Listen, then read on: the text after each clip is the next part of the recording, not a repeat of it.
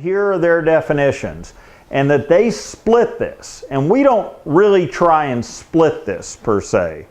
We just lump it all under medication. And then we say, and there's forbidden medication, restricted medication, and permitted medication.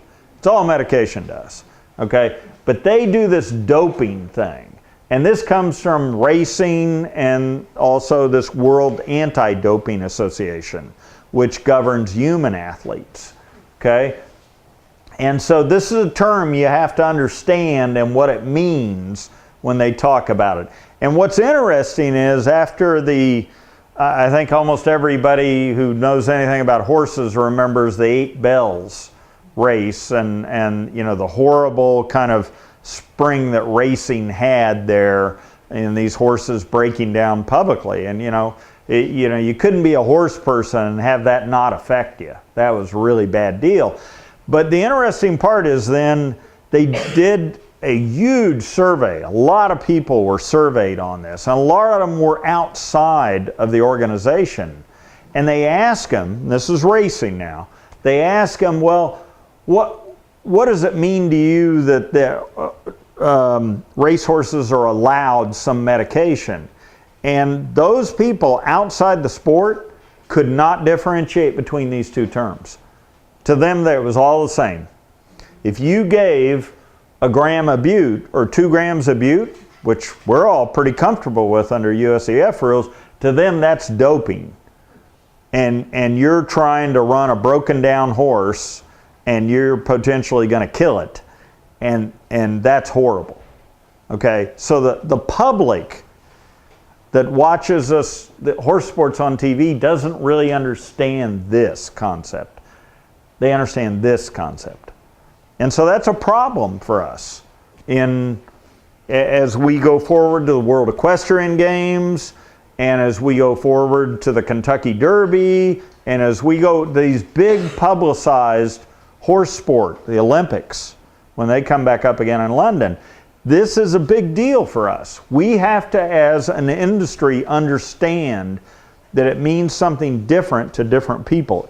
Europeans, people outside the industry, people inside the industry. And we got to somehow come up with rules or education that then makes sense. Okay? So doping agents, we've talked about this. Valerian, no generally accepted medical use. You see some of these terms are the same from USEF. We talk about capsaicin because it can desensitize or hypersensitize. It goes against everything that we believe on the level playing field and on fair and equitable and horse welfare issues. So there's got to be a way around it. So this is what medication means. And we're all pretty comfortable with this definition of medication because it's pretty similar to what we've been talking about. Okay? And then these are drugs that veterinarians would commonly use to treat horses. Okay? All right, and you'll recognize a bunch of these as well. Okay? And then there are levels, and this is in racing, and we don't use this so much in USEF, but these are, obviously if it's a stallion, there's going to be testosterone in the bloodstream, right? A gelding should not, or it should have a very limited, a mare should have a very limited amount. So these have been set. If you're feeding alfalfa hay to your horse, you're going to have some salicylic acid, aspirin, in the bloodstream, okay, and the urine, both, because alfalfa hay contains salicylic acid, okay?